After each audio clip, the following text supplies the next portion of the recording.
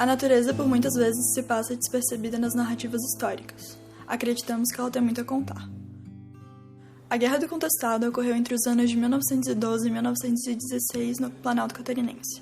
O conflito perpassa questões complexas, como a especulação do capital estrangeiro no Brasil, luta pela terra e a religiosidade, que nesse caso foi marcada pela devoção aos monges que percorreram o território e se mesclaram como um só na crença popular.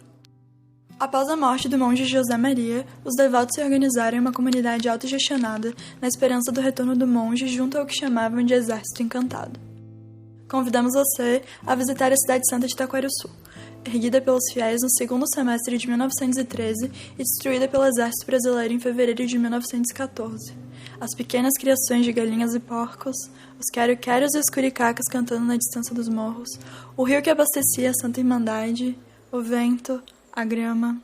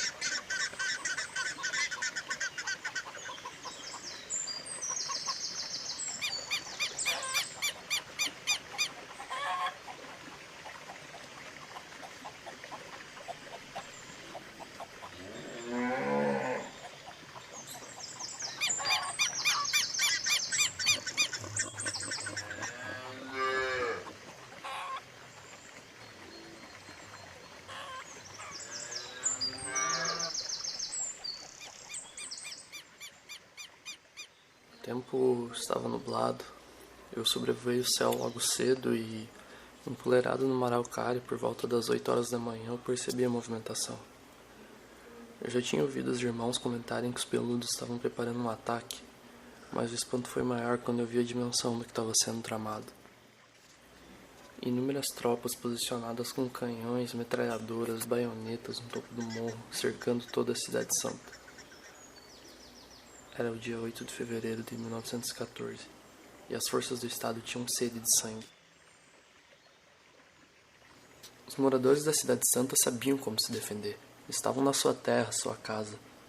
Eles conheciam nossos cantos de alerta. Mas os homens que batalhavam estavam construindo um novo refúgio no Caraguatá. Só ficaram alguns para defender. Algumas gralhas alertavam os peludos também. Eles não entendiam o que se passava na Santa Irmandade. Mas eu tentava ajudar os caboclos sempre que eu cantava. Por mais alto que eu cantasse, não foi suficiente. Perto das 9 horas, um grupo de defensores do reduto foi ao encontro dos atacantes, mas foram repelidos rapidamente. Viva João Maria! Morre, peludo!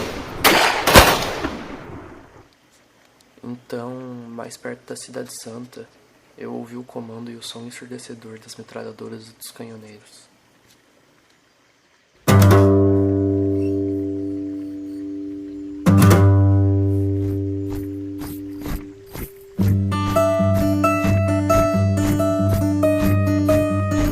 Atenção, tropas! Posição! Todos em formação! Flanco direito! Marchando!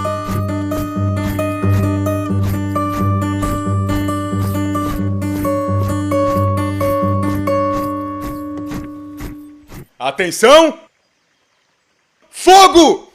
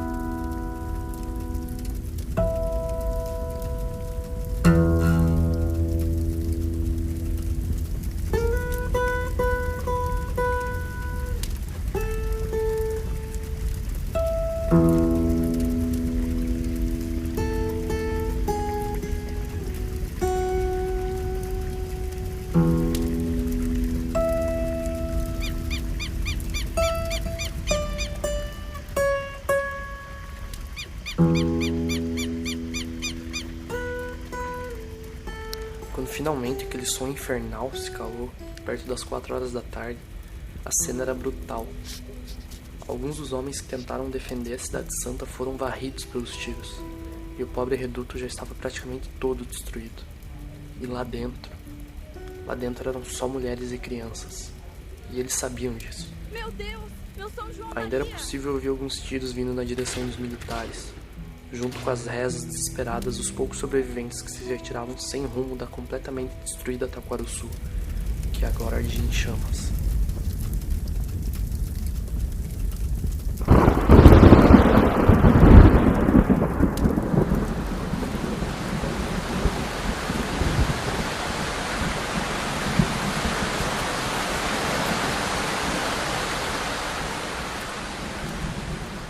Pouco depois das 5 horas, chovia torrencialmente. A chuva veio coroar aquela trovoada estranha jamais assistida naquelas paisagens. E foi assim durante toda a madrugada.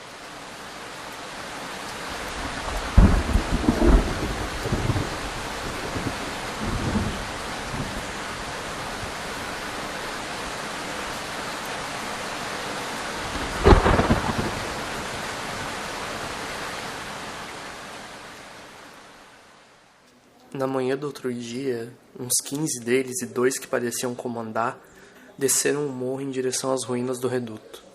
Idosos, mulheres, homens e crianças que nem mais corpos pareciam.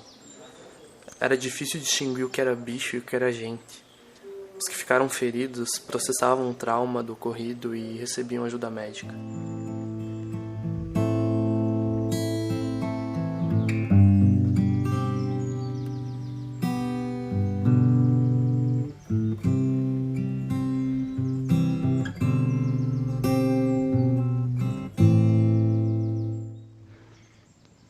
O estrago da artilharia sobre o povoado de Taquarussu era pavoroso.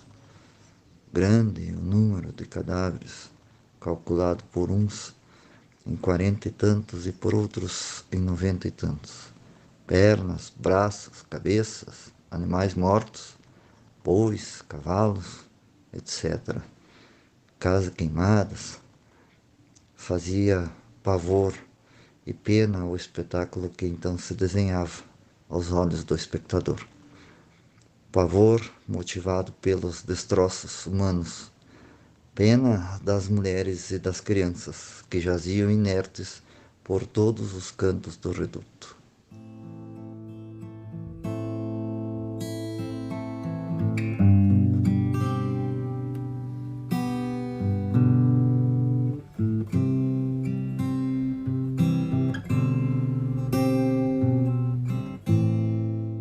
Esse triste episódio da Guerra do Contestado, o massacre de Taquarussu, ocorreu no dia 8 de fevereiro de 1914, na região onde hoje se localiza o município de Fraiburgo, em Santa Catarina. Para criar esse audiodrama, nos embasamos teoricamente em 2 questões, a paisagem sonora e a imaginação, e como ambas podem servir no aprendizado de história. O escritor, compositor e educador musical canadense Raymond Murray Schafer, em seu livro Afinação do Mundo, afirma que a paisagem sonora consiste em eventos ouvidos e é qualquer campo de estudo acústico, sendo uma composição musical, um programa de rádio ou um ambiente acústico. Na música, o conceito de som fundamental define uma nota que identifica a escala ou a tonalidade de uma composição, uma espécie de âncora ou ponto de referência que, embora possa ter a sua importância obscurecida pelos sons à sua volta, todo o resto vai utilizar para assumir o seu significado especial. Os sons fundamentais de uma paisagem são criados por sua geografia, o clima, a fauna, a flora, água, vento, animais, insetos, vegetação e outros elementos naturais. Ou seja, os sons ambientes são a base da paisagem sonora. A reconstrução da paisagem sonora de um tempo pode ser de grande auxílio para a compreensão histórica. De acordo com Newton Mullett, professor adjunto da Universidade Federal do Rio Grande do Sul, a imaginação é um importante recurso quando se trata do aprendizado de história. Ela tem um potencial ético ao possibilitar a imersão em determinado espaço-tempo e a quebra de linhas temporais já formalizadas pela ciência histórica, abrindo novos caminhos para se pensar esses contextos. E foi utilizando os sons da paisagem sonora do Planalto Catarinense, junto com informações do relato historiográfico do militar Demirval Peixoto, integrante da Força de Repressão Militar que atuou no contestado e autor de um dos mais importantes livros e documentos do conflito, que imaginamos este audiodrama. Em uma determinada passagem de seu livro A Campanha do Contestado, escrita em cima de diários de campanha e documentos colhidos durante as operações militares, Demirval Peixoto comenta sobre os pássaros do território em que marchava. A tropa sabia já, mais ou menos, os hábitos e os lugares preferidos para as tocaias. Os soldados conheciam seus contra-ataques, habilidosos, iam marchar ladeando pelas estradas, escondidos, flanqueando-as pelos matos em caminhos esquisitos. Os vigias das noites escuras, os quero-queros, por fim, não prestavam auxílio, somente aos jagunços. As sentinelas agora ficavam mais atentas quando ouviam o alarme daqueles pássaros fugazes que cochilam nos brejais. Os curicacas, pernaltos elegantes dos banhados, anunciavam como os quero-queros a aproximação de gente nas redondezas dos pousos. Mas nenhum espião havia como as gralhas. Estes interessantes passarinhos, aos bandos azuis reluzentes, penas aveludadas num garulhar estridente, saltitavam, voando pelo ramo em ramo, pelas grimpas dos pinheirais. A aproximação dos mais escondidos e escoteiros viandantes. E não havia a duvidar do alarme. Os bandos desses pássaros anunciadores, que muitos se assemelham aos anus do norte no tamanho e no cacarejar estridulante, eram os melhores vigiantes durante as marchas ou nas explorações silenciosas. Em compensação, eles prestavam o mesmo serviço aos soldados e aos jagunços. Eram neutros na luta. Preciso seria saber tirar o melhor partido da indiscreta passarada. E foi pensando em uma ave como testemunha do conflito que surgiu a ideia desse podcast. O relato é uma fonte histórica importante para compreendermos esse ataque que ocorreu durante a Guerra do Contestado, mas é necessário ressaltar que Peixoto era um militar, ele avançava contra as populações sertanejas. Portanto, o seu texto é cheio de inscrições que se referem aos caboclos, que eram compostos por indígenas, negros e alguns imigrantes europeus, de forma muito pejorativa, como jagunços ou fanáticos. Inspirados pelo filósofo Walter Benjamin, podemos fazer uma leitura a contrapelo dessa história. O exercício de desvincular a imagem dos caboclos dessas expressões é uma luta travada pelos grupos descendentes dessas famílias e por historiadores até os dias de hoje. A partir dos estudos do Paulo Pinheiro Machado, do professor Delmir Valentim e do professor Nilson César Fraga, houve um avanço no que é ser caboclo. Um dos legados desses três professores é que eles romperam a confusão criada pelos coroné, que todo mundo era jagunço no contestado. Não, nós somos caboclos, que lutamos para defender e libertar o nosso chão. Jagunço eram os contratados dos coroné, os contratados da Lamber para matar caboclo. E com os estudos desses três professores houve uma divisão e houve um sentimento de pertença à caboclice.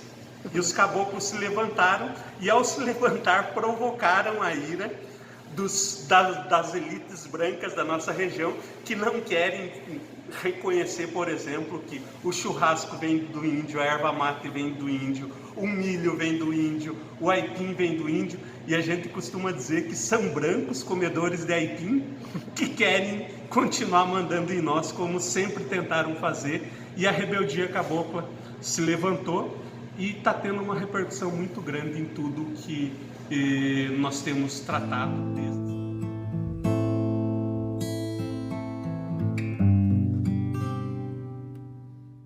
Então você já ouviu nossa reconstrução da paisagem da Cidade Santa. Mas o que era o Reduto Caboclo de Taquarussu do Bom Sucesso? Segundo o historiador Paulo Pinheiro Machado, professor titular do Departamento de História da Universidade Federal de Santa Catarina, a região de Taquarussu tem moradores fixos desde pelo menos 1850, depois, é claro, da ocupação indígena naquele território. Não podemos afirmar que houve propriamente uma batalha nesse episódio, mas sim um cerco e um bombardeio do reduto. De acordo com Paulo Pinheiro, a violência causou os efeitos de uma guerra moderna sobre uma população camponesa. Não que essa população do Planalto, do Contestado, não fosse acostumada com as guerras, né? Já tinham guerras antigas, como a Guerra Farroupilha, a Guerra Federalista, vários eram veteranos da Guerra do Paraguai, mas eram guerras onde lutavam homens contra homens. Não era uma guerra que cercava a população civil e abria fogo contra mulheres e crianças da forma como foi feita, né? Então, o massacre de Itaquaruçu, né, ele assim, o próprio, né, das tragédias dos séculos 20 e 21, que nós estamos vivendo ainda hoje, né? Dessas guerras que têm como objetivo o extermínio de população civil, né, e principalmente daqueles setores menos protegidos, né?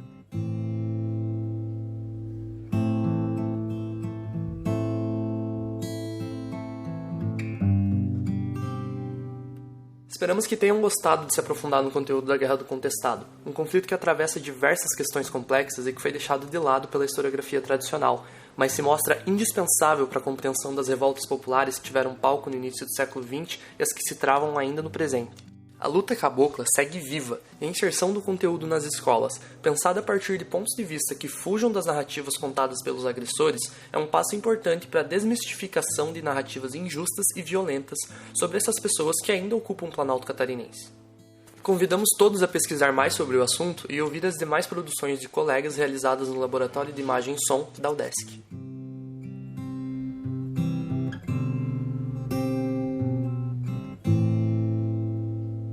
Esse podcast é uma produção do Laboratório de Imagem e Som da Universidade de Santa Catarina, a UDESC. É resultado dos estudos realizados por Hélio Muxfeld Neto e Marina Isidoro, na disciplina de Imagem e Som 1, ministrada pelo professor Rogério Rosa Rodrigues. O roteiro e a narração foram realizados por Hélio Muxfeld Neto e Marina Isidoro. A trilha sonora é original e de composição de Hélio Muxfeld Neto. O áudio do historiador Paulo Pinheiro Machado foi retirado de uma entrevista na Jornada Cabocla Chica Pelega e o do educador e comunicador popular Gilson Carlos Souza de uma entrevista para o Instituto de Estudos Latino-Americanos da UFSC. Ambos estão disponíveis no YouTube. Os textos que embasaram nossos pensamentos estarão na descrição junto com os links para as entrevistas. A fonte de pesquisa foi o livro de Dermerval Peixoto, A Campanha do Contestado. Agradecimentos especiais a nossos amigos que ajudaram na composição desse podcast. Matheus Massaneiro Pereira, Antônio Gabriel dos Santos, André Vinícius Bialeschi, Rogério Rosa Rodrigues, Paulo Pinheiro Machado, Gilson Carlos Souza, Juan Katsuji Fujiwara, Rafaela Alice Schlesser, Alexandro Anderson e Gerson Giovanni Muxfeld.